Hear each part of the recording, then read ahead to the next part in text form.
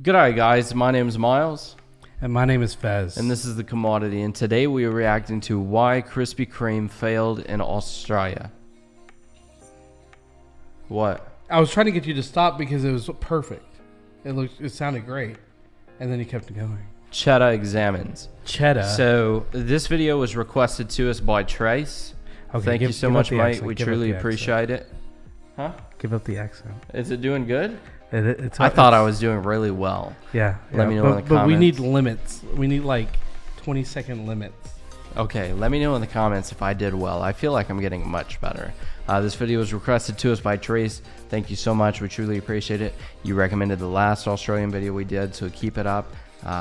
And guys, if you want to see us react to a video that you want to see us react to, click the link in the description down below to our Discord, and you can throw the links to the videos that you want us to react to in that link. Words.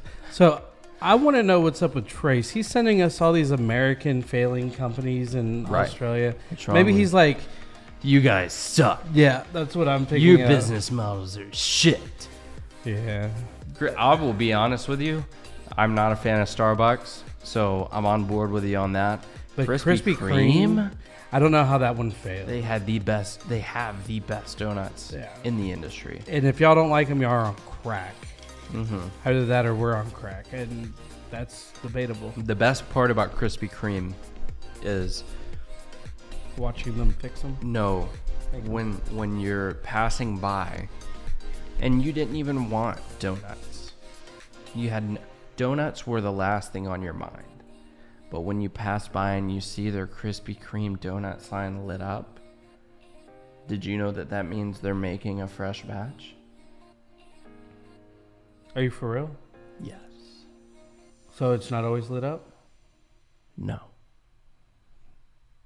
When their sign is lit up, they're making a fresh, warm batch of donuts. That's badass. I'm so hungry. That's when you turn around and you're like, today's the day I'm picking up Krispy Kreme donuts. Guys, before we hop into this video, if you would, go ahead and give us a like. It definitely helps us out in getting these videos out to more people. Also, if you would, go ahead and click the join button down below. You can get an exclusive YouTube short shout out. And if you'd go ahead and click the subscribe button and the bell notification icon, that way you guys can stay informed on our future videos. Let's go ahead and check out why Krispy Kreme failed in Australia. Okay. Chatter's going to examine this for us. Oh. Hello, Cheddar. Harry Potter. Shut up. When Krispy Kreme opened in Australia in 2003, people... 2003? I wonder how old... Hey Siri, when was Krispy Kreme founded? It's probably like... Krispy Kreme was founded July 13th. Damn. 1927? 37. People from across the country made their way to Sydney to buy as many donuts as they could carry. But 7 years later, Krispy Kreme closed half of their stores and laid off a third of their workforce.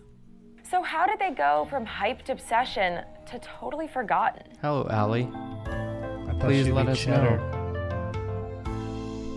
When the company was started in the 1930s by 18-year-old Vernon Rudolph and his uncle Ishmael, the smell of hot donuts wafting from the ovens drew passers-by who begged to buy them straight from the ovens. Which is very much Krispy reading. Kreme got so popular that Vernon and Ishmael I love cut watching a hole them in make the it. wall of the factory to sell the donuts right away. But in 1976, an So, the sign, right? Where it says... So, this is always lit up. Is that still like that? Yes, it'll say hot now. Like that still exists, that part of the sign? This sign, yes. It'll say hot now. international conglomerate called Beatrice Foods bought the brand. They sold everything from luggage to bras to, well, donuts. But they pushed Krispy Kreme away. We've got a long line of products. You can buy this Double D 34 bra and then buy a Dude, donut. that's a weird built person. Double D 34. I don't know. It'd be 34 double D. I'm more of an A cup kind of guy. I'm all about the 34 double D if that exists. I like petite From woman. their original I like identity petite women. of profit. They even committed the ultimate crime, changing the fabled donut recipe that had been in place since the beginning. Not her. That was a really bad I'm timing going to turn statement. this around. We have obviously shifted Yeah. this video's concept. Yeah, no. And I just realized I said boobies when she showed up. I did not mean that. That backfired. That backfired real hard. Yeah. So I apologize. So this is not a sexualized video no, whatsoever. I screwed up on that one. She's very pretty, though. But not what I meant to imply or anything like that. So sorry. Right. Sorry. The outraged individual store owners banded together and bought back the company in 1982. It sparked a resurgence and a decade of rapid expansion. In 2001, Krispy Kreme expanded into Canada, which was relatively successful. That drove them to look across the globe to Australia. The first Australian store opened in Penrith, a suburb. That's like vastly different markets.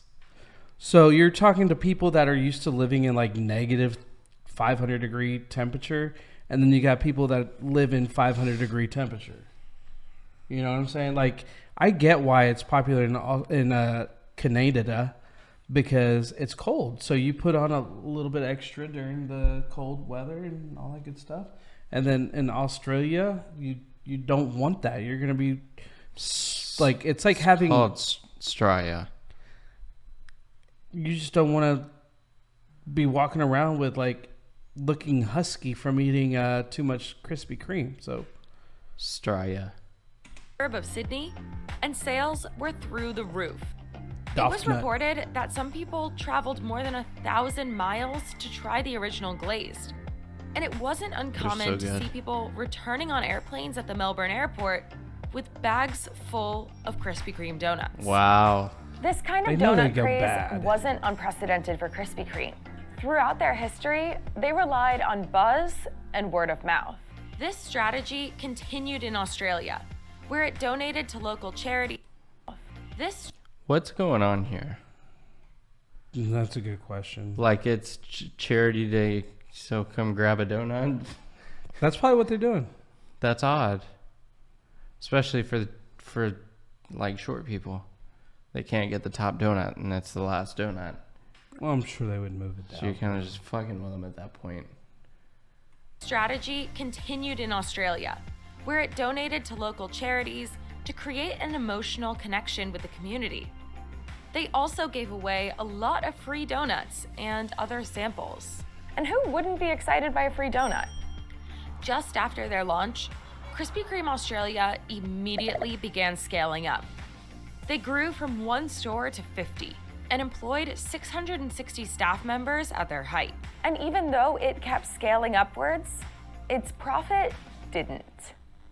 The Australian branch's revenue rose 6.9% in 2009, but net profit margins were up only $62,000, or Wow. 0.1% in the same year, according to Dun & Bradstreet's company. The lack of profit was partially because Australian Krispy Kreme just had too many stores. In 2010, Same thing that happened in the Starbucks video. They don't like. You be guys able to- don't like too much of one thing. You don't want to be able to just like walk out your door and straight into a Krispy Kreme or anything like that. I would enjoy having a Krispy Kreme across the street. the U.S. had But I'm a fat 224 American, stores, so... serving a population of 311 million. That equaled around 1 store for 1.4 million people. I feel like that's But a Australia good amount had of stores. 50 stores for 21 million people, which was about 1 store for 420,000 people. It's also because Australians don't want to eat donuts every day, 'Cause you according guys to aren't ABC. fat like us. They reported that in Australia, donuts are a treat, not breakfast. That's supposed to be because of the low-carb fad that permeated diet culture in the late 2000s, and increasingly health-conscious Australian customers. That led to 2010, when the news came out. Several factors, including location, sales declines, high rents, and high distribution costs, have meant that a number of stores are losing money. John McGinnon, Krispy Kreme's Australian CEO, said at the time, John picked the the wrong company was going to go into administration, which meant that an outside firm, in this case the accountancy firm Smith Hancock, would evaluate and cut out the parts of the chain that were unprofitable. The aftermath was 35 closed stores and 200 plus employees laid off. Today, Krispy Kreme in Australia sells donuts in almost every 7-Eleven, outside of the remaining stores. A good compromise between keeping their footprints. They say in the U.S. or Australia? I don't know. I'm getting distracted by somebody playing with the microphone. Why is that I distracting can you? hear it clicking. It's a click. Today, Krispy Kreme in Australia sells donuts in almost every 7-Eleven, outside of the remaining stores. A good compromise between Do they keeping their have Krispy footprint Kreme small in for cost 7-Elevens? savings Yeah, and expanding yeah. their reach. The lesson? Yeah. Know the demand before you expand.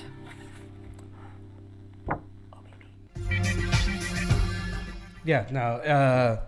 All 7-Elevens, at least here in the States, have a. I mean, I know most gas stations have donuts, but I but didn't know it was if you Krispy go to a Kreme. 7-Eleven, it's always. Yeah, it is Krispy Kreme because Krispy they have Kreme. the little donut hole cups. Yep. Yeah. But are there other companies like this that fail in Australia just for some? It seems like the same situation, just overscaling. Mm-hmm. And it's not necessarily that they're failing; it's just they're cutting back. Right. So obviously, failed in Australia is clickbait. Well, no, I mean, to be fair, they failed in their initial idea. But are they completely out of Australia? I don't think they said that. But that's like saying like this football team failed by losing this game, but they're still in the playoffs. Yeah. So they, what? No. So they didn't fail completely, No. but they failed at this. So like they opened up But all to these assume stores. that something failed in Australia is to assume that it no longer exists. It was kind of because they clickbaity completely- because yes, when you read why Krispy Kreme failed in Australia, that puts you under the assumption that All they did was they scale don't have back. a Krispy Kreme in Australia anymore. Yeah, so they just scaled back. Right. Same for the Starbucks story. Yeah. They didn't fail as a whole. Yeah, they were over ambitious, Right. but they still exist. So until they go the way of But Blockbuster, also they're still losing money. yeah, So they're failing. they're in the process of failing. Yes. Yes. So guys, if you enjoyed this video, please hit the like button. If you want to see our future videos, please hit the subscribe and the bell notification. And if you want to support us directly, hit that join button. And with that being said, My name's Miles. and my name is Fez. Thanks for watching, Mike. Peace. Out.